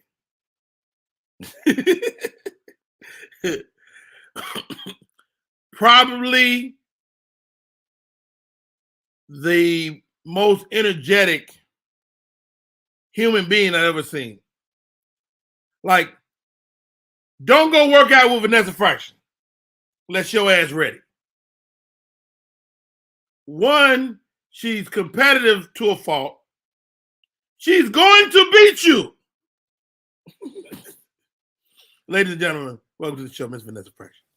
Good morning, good morning, good morning. How are you? Man, before you said I was the most energetic, I was seriously going to come on like, what up, Virgos? What's going down? What's going down? Like I was going to do the whole thing. The whole thing? It made you bring it down. Let me bring it down, especially when I heard what y'all was talking about. I said, they serious this morning. I mean, we dabble between the good and the bad, the serious, not so serious. Right. Well, that jogger did just get snatched. Who? That jogger in Tennessee, is it? Yeah. Yeah, unfortunately, and prayers to her family, because I know, I tell my daughters all the time, oh, Daddy, I'm about to go run around the track. These No, is rape hours. During raping hours. We not running at no rape hours, little girl. Nope. Oh, Dad, I'm about to run this little restaurant right outside the campus. With who? Not by yourself? Vanessa, man. First, before we get into it, Oz married now. Oz is married now and very well protected. Amen. And Oz amen married again. and protected. Did you have to change? You gonna finish that sentence? I'm asking, did you change anything? So when you use the word change, a lot of times it makes people defensive because they feel like they're not okay the way that they are, and nobody's saying that you're not okay. But we make adjustments to reach our goals. Pretty much in anything that we do, whether it's business, whether it's in family, whether it's whatever it is. If you have goals, sometimes you have to make adjustments to achieve those goals. You know what I mean? Like you can't always just stay the same, or you'll be getting the same type of stuff. And most of us didn't come out the womb equipped for, ultimate success. You know what I'm saying? Or maybe, excuse me, we did come out the womb equipped for ultimate success, but during the process of childhood, a lot of times we get bumbled up, and we have to sort through all of that. You know what I mean? And part of my sorting through was to bring it down. There were certain aspects of me, yes, that I had to make adjustments for. I still make adjustments as a new wife. You know what I mean? Like I can't just make moves. I can't just take gigs the same way. I have to be considerate of my partner. Wow, and because he's considerate of me too. Exactly. I mean, I think that's really interesting, man. Yes, I do. Yes, I do, Candy. I know exactly what it is. Vanessa Fraction, fabulous comedian, but not just a comedian. You have other businesses. I do. I wanted to talk about your self-defense because it's one of the things that I'm always looking for my girls. The father of 5 girls, though you have daughters as well. Talk to me about protecting yourself. Well, it all started because there was the time when I couldn't protect myself. Not that I didn't know how to fight, but I didn't know how to protect myself. And I think a lot of times because I know how to fight, that's not the point. You know what I'm saying? At all. And you don't know if the person that's attacking you can fight better than you. So it's not about if you know how to fight. It's if you know how to protect yourself. So unfortunately, and you have my origin story, if you will, is the fact that I was on tour in Japan and was attacked by one of my coworkers. It started verbally, and then he decided to take it into the physical realm, to make it physical. At that time, yes, I knew how to fight, but I didn't expect that to happen to me, and so I froze. You know what I mean? And I was literally watching myself get my ass whooped. Not the best thing to do, but by the time you kind of snap back into it, it's over. Fights don't last that long. Most fights don't. So I never want to be in that situation again. You know what I mean? Like it was. Talk about feeling unprotected. Yeah, I felt paralyzed. I was in another country. There were men around me, but they didn't do much. And that's offensive. Especially when someone says that they're your friend, and especially when you know that someone has an upper hand in a situation like that. You know what I'm saying? And they were bigger guys. I think you just answered what I asked them earlier, in that we expect our female counterparts to have sharp tongues and be able to get out of anything, but it wasn't that wasn't the case. No, we had already decided that we were leaving it alone. That's expected to go away, to disappear. Wow. And for that situation, like you just don't know what people are going to do, because we had actually said, okay, we're done with the verbal. Let's just be quiet. Let's leave it alone. But something stirred up in him, and he just wanted to get physical. And you just never know what's going on with somebody. By his account, he said his demons got him that day. I really don't give a shit because it was you hitting me. I didn't feel no demon, but whatever. The point is that after that, I decided to take a self-defense class. Actually, our friend Cole, from Divas in Defense, he had already talked to me before about just because we have so many people that we can touch and affect with things that we do. He had talked to me about becoming a self-defense instructor. And so that's what I decided to do. And now I have a class of my own called Kicks in Comedy, where I use my gift of comedy to help bring levity to a very serious situation, which is defending yourself. Man, I've seen you in action, and nails, no nails, makeup, face beat. You don't want to see Vanessa Fraction in the dark alley. You ain't gonna see Vanessa Fraction in the dark alley, because my ass ain't gonna be in the dark alley, because that's part of defending yourself. Don't put yourself in situations in which it's not your fault, but you also want to be smart and not put yourself in situations where something like that can happen. Even with us being female comedians, some of the first things I talk about is safety on the road. So even if I'm coming into a hotel and the promoter has my key, thank you. Even if you left a gift basket in my hotel, appreciate that. Now I'm going back to that front desk and I'm getting my key reswiped. Right. Because, I'm saying, there may be multiple keys. There may be whatever, you know what I mean? There's nothing wrong with me telling you. I do that myself, though. As you should, because women are aggressive. You know that, Rodney. But also, though, I don't take nothing for me to tell security, hey, please walk me to my car.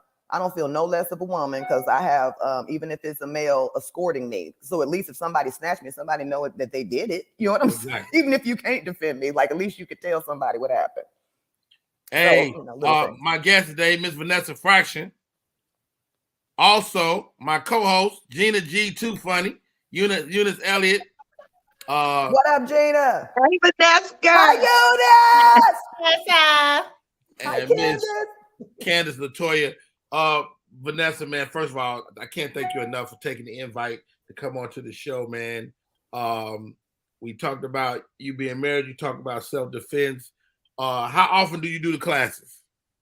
Right now, I've been super busy. So it's more when someone asks me, and then we can work it out within my schedule. But I want to start doing them at least monthly.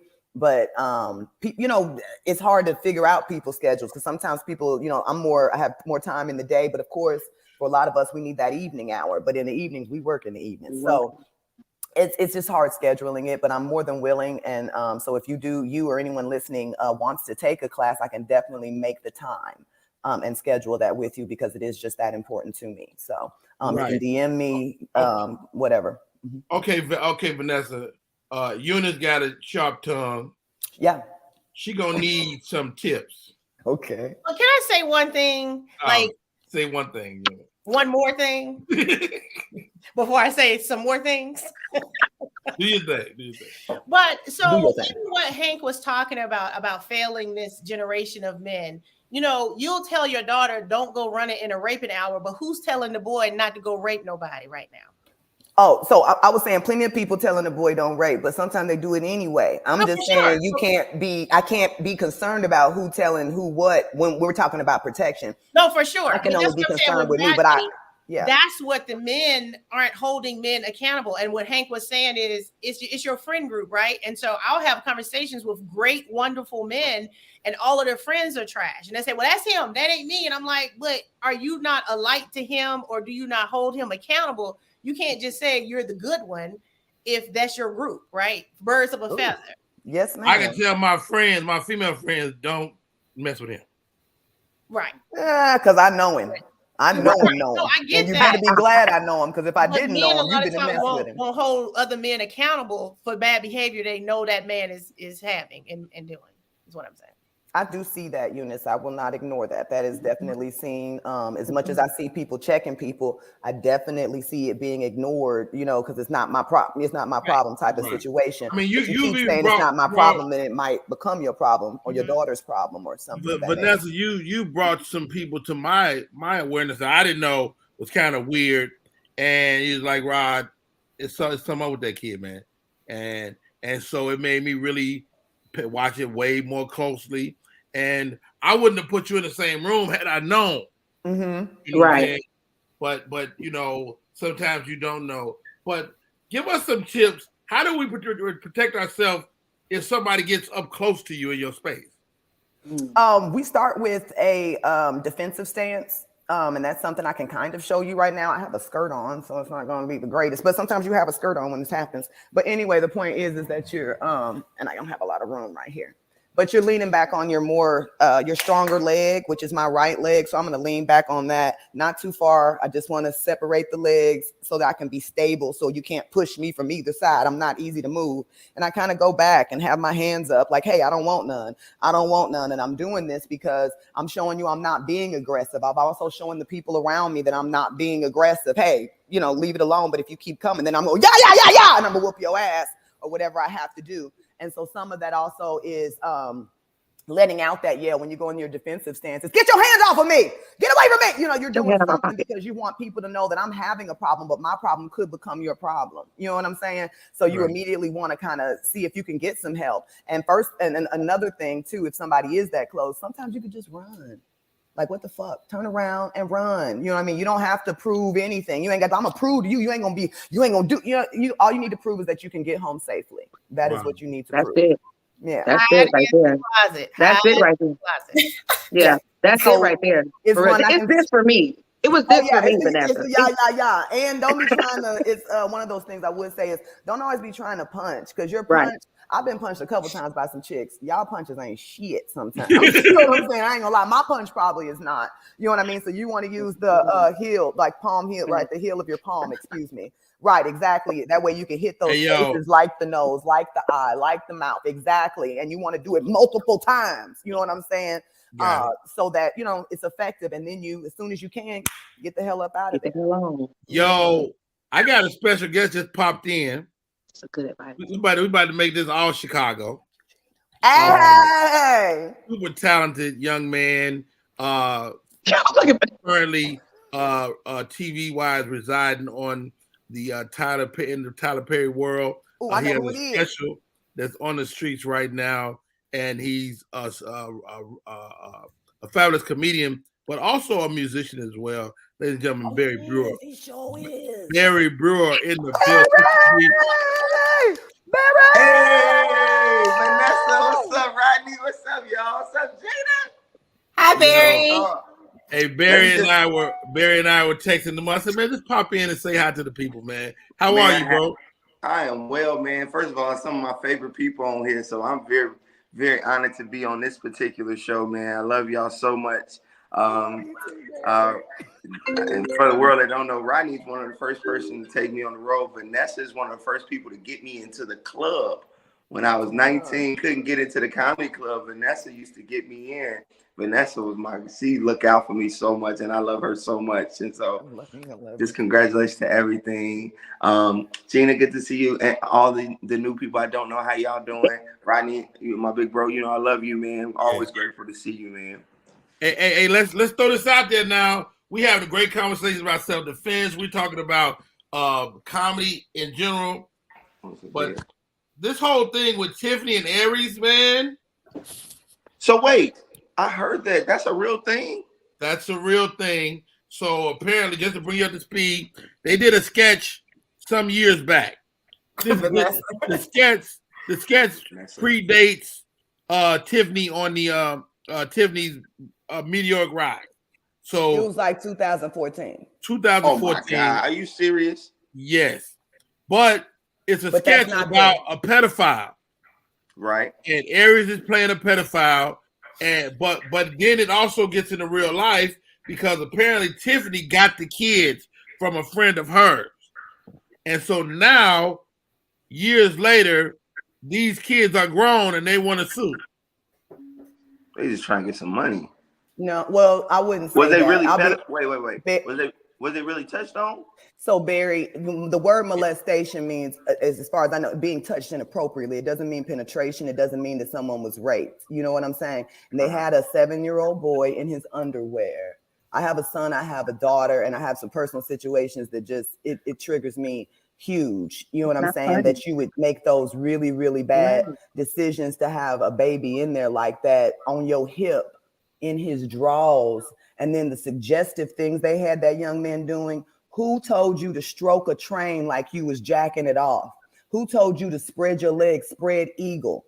And then they zoom in on your crotch and behind, and then have the video where you're going up and down as if you're being penetrated. Who said it was okay to then have a grown-ass stranger, a man, rubbing oil on your back, and then the last scene where you looking at him and now he's in his drawers and you rubbing oil on him and he's a stranger. And let's not forget him being in the bathtub, and I don't know if he had drawers on or not. Who knows what the fuck was going on? It was inappropriate. It was wildly. It was inappropriate. It sounds very inappropriate. It sounds too. That's not funny. Was this an independent sketch? I think they said it was, but the camera work was good. I think Aries people produced it, but I mean, at the end of the day, man, as comedians, as people that live in this comedy world, you know, we give comedy some passes. This gets a 0 pass for me. 0. You have to take accountability in her statement. I know it's rough to make a statement at all, but y'all gonna stop acting so goddamn cavalier and acting so passive. You know what I'm saying about what did she say? Well, kind of like that. There was a tweet, and I'm not reading it verbatim right this moment, but it was basically saying that I know you guys have a lot of questions, and because of the, you know, I do too. She was saying I'm right with you. It's like, wait a minute, you got the answers. What the fuck are you talking about?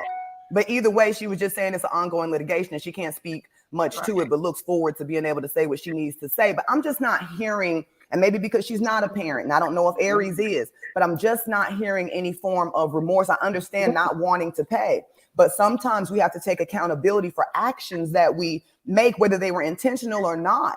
And I can't imagine a 7-year-old. I can't remember some of the things that I did when I was 7. So if I'm now 14 and see a video of me like that, I'm like, what the fuck? Who let me do what the fuck? You know what I'm saying? I'm just now getting ready to start to date. I'm just now, you know what I'm saying? I'm in high school. Mm-hmm. Like, what the hell kind of trauma? You don't know. And how about this? How about this, guys? As creators and producers, this sketch has been living on Funny or Die for the past 7 to 8 years. Are they still people been watching it? They said they took it down in 2018, but it was also available on YouTube and stuff like that. And the thing is like, okay, if you want to take the road that you did not know at that time, fine. If that, I'm not even really saying fine, but I'm going to give that to you. Fine. I don't understand the we won't be shook down, and you know they've tried to have other lawyers and it all fell through. You know, I don't know about the legality of things. I don't know how criminal it is, but I know that it's wildly inappropriate. And I need a better word than wildly inappropriate.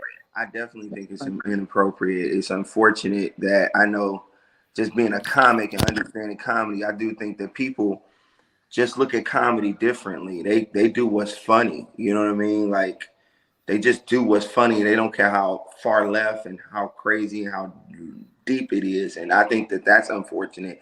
And I think that they're trying to go for the most popular people, because if it was on a network or Funny or Die, like, there's a lot more people responsible for that coming to life, from the people that produced it, from the people that aired it, for the people that let it live on whatever platform. Like, there's so many people responsible for that. You know what I'm saying? They took their responsibility away. It was uploaded as user content. So that's the same as if you were to go on YouTube. We're all open to upload things to certain channels and networks. And so Funny or Die said that they were totally disgusted by it. When they found out about it in 2018, they said that they immediately took it down. They're trying to have nothing to do with it, and have said, very strong words in saying sure that, yeah, again, all this is after the fact. I'm with you, Barry. I'm not right. crazy. But offer to Barry, because you haven't seen it. I think most comedians felt like you felt when we first heard about it, like, okay, what is somebody getting upset about for now? Right. And I have not met one comedian that either made it through the whole tape or didn't I say this is I wouldn't even want you to see. I don't even want to. I don't want to watch. Right. And most comedians took this position of they're just trying to take these people down. People are. That's what I was going to say. Most of us came to it in that mindset, but for everyone I've spoken to, mostly men, about it, none of us made it through the video, and nobody can say it was okay. So let me ask everybody thinks they're suing.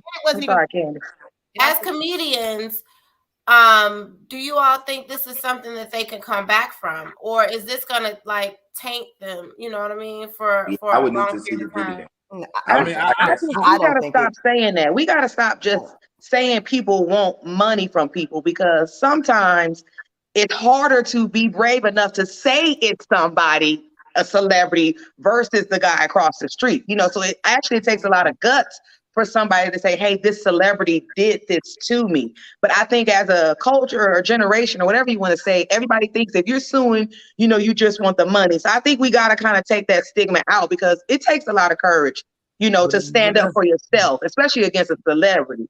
Vanessa, but I mean, I was going to say that, no, I don't think that this has to be one of those things that takes you out or takes you down. Again, just take accountability for it. And what you're being charged with is the fact that, and I wish I would have looked it up so I can tell you the exact words, but you're basically charged with being irresponsible with a child. You're basically being charged as saying that you didn't protect this child. You know what I'm saying? Nobody's saying that y'all out here, rampaging and being a pedophile on children. What is being said is that you were completely inappropriate and you need to take accountability for that. It was supposedly a PSA, about, watching your kids, but it went from, a predator luring on the child to the child liking it and then wanting to be on the predator. Now, do these things happen? Yes. Are the things that they are doing? Yes. But why use a child? You're traumatizing the child. You could have used an adult. You could have used the baby doll. You could have used plenty of different things. Your choices are bad. And all we're asking you to do is take accountability for your choices. I wouldn't admit I'm a pedophile. You're not. I'm not saying you are. I'm saying you made some really, really bad choices and people were affected by it. So do something about it, because you can. And stop being so defensive and just see where you can do better. Just do better. And but no, it doesn't have to kill your career. No. Show with the children. I think there will be some fallout, at least from that opportunity. Thing show. I think at the bare minimum, she might would lose that game. But yeah, it just shows very, very, very poor judgment on 100% of every person. Everybody in it. Editor. It's rough, Barry. I'm not joking. 100%. I don't. But I'm still gonna see girls strip too. I mean, I'm still gonna see girls strip. Yeah, but can I say that? It just go ahead, Barry. I'm sorry. It's just unfortunate. And you're right. I probably do, and it sound like everybody has the same. Before they seen it, and it probably is crazy.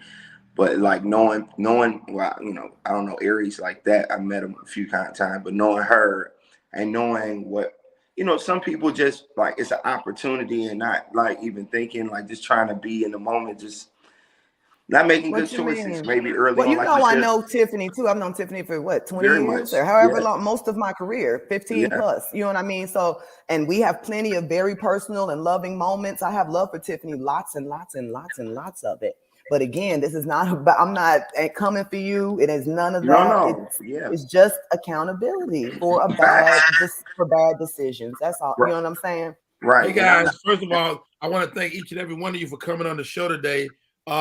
Vanessa Fraction, she's a comedian, a wife. Yay! Congratulations. We'll put hands on you. And you just corresponded over at Comedy Hype, man. No, I'm not anymore. Not at all. God bless them. But I really liked your voice on there. A lot of people did, and I you were appreciate very that good a on lot. there. I only watched it because of you and your unbiased perspective on all the topics that were brought forth. You were you're really good at, like, it's just amazing how you're like, that's like, crazy. You never say stuff just to say it, like because it's incendiary. You say it because that's how you feel. But and I love Comedy Hype. I'm not saying I would never. I mean, you know, I may come back over there and work and do things like that. They're a good group of people. Yeah. It's just, as a comedian, you know, we continue to grow. And I just love you guys so much. And it was hard for me to balance between some of the stories and my love for, you know what I'm saying? It stresses me out, and it began to affect me kind of physically, if you want to know the truth. You know what I'm saying?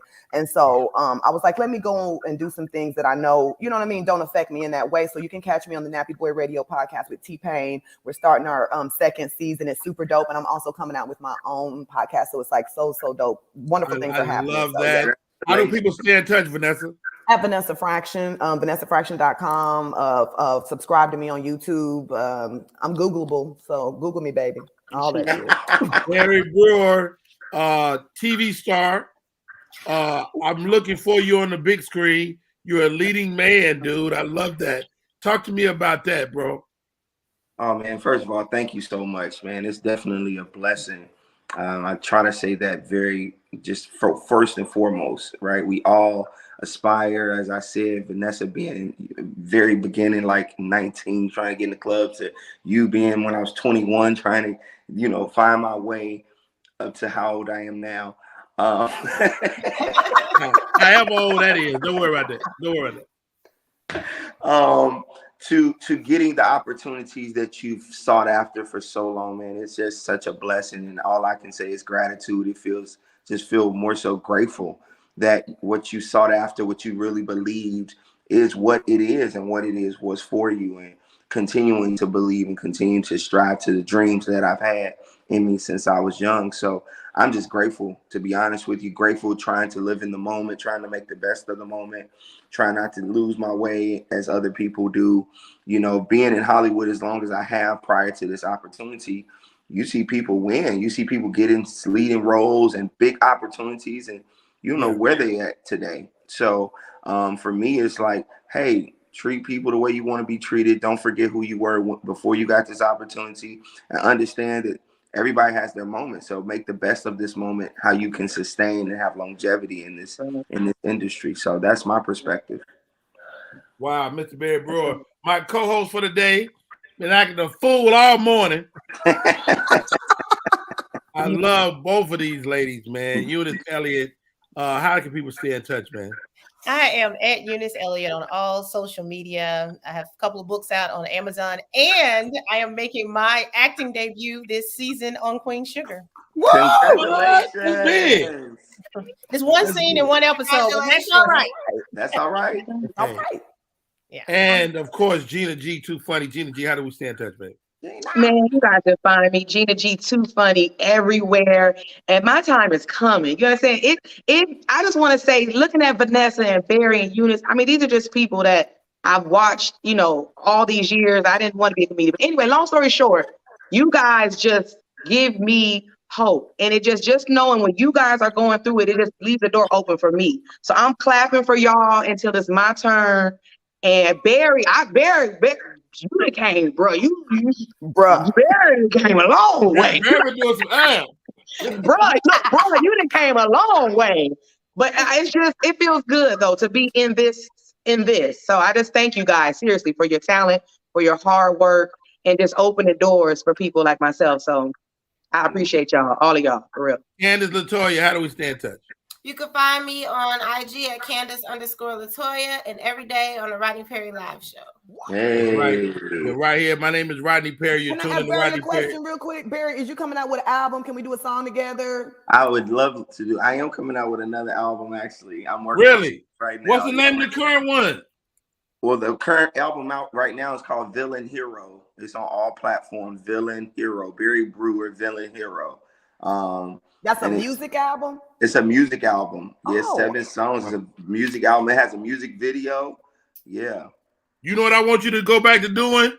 What? During the pandemic, you used to make songs on the air. Yes, that's true. On the piano. That was dope. And have people chime in and help me build the song. Yes. Nice. Okay. That's a good idea, right? Thank you. Yeah, man. That was so powerful, creative. And I think the pandemic brought the best out of a lot of us. Yeah. And mad love, mad respect. I cannot thank each and every one of you enough, man. Y'all my friends, y'all my family. Vanessa's husband, he's my go-to man when it comes to sliders. You know, he showed me how to make sliders. And I call him every time too. I am so happy to see my friend happy, man. And to look at your face and see that you're a happy woman, that makes me my heart feel really great. Make me do that. And when we get Eunice married off, whoo! It's coming, Eunice. No, I'm not. That is not my desire in life. I'm not against it, but ain't nobody asked you, Eunice. I know. I'm talking about how I want to feel. Anybody asked me? That is when I see it, I'm be like that. I told y'all. Hey, all jokes aside, man, I love you guys. Thank you for coming on. My name is Rodney Perry. You're tuning to Rodney Perry. Good seeing you all. You too. Vanessa, love you. Love you too. Y'all keep shining. I got the last word. Bye-bye.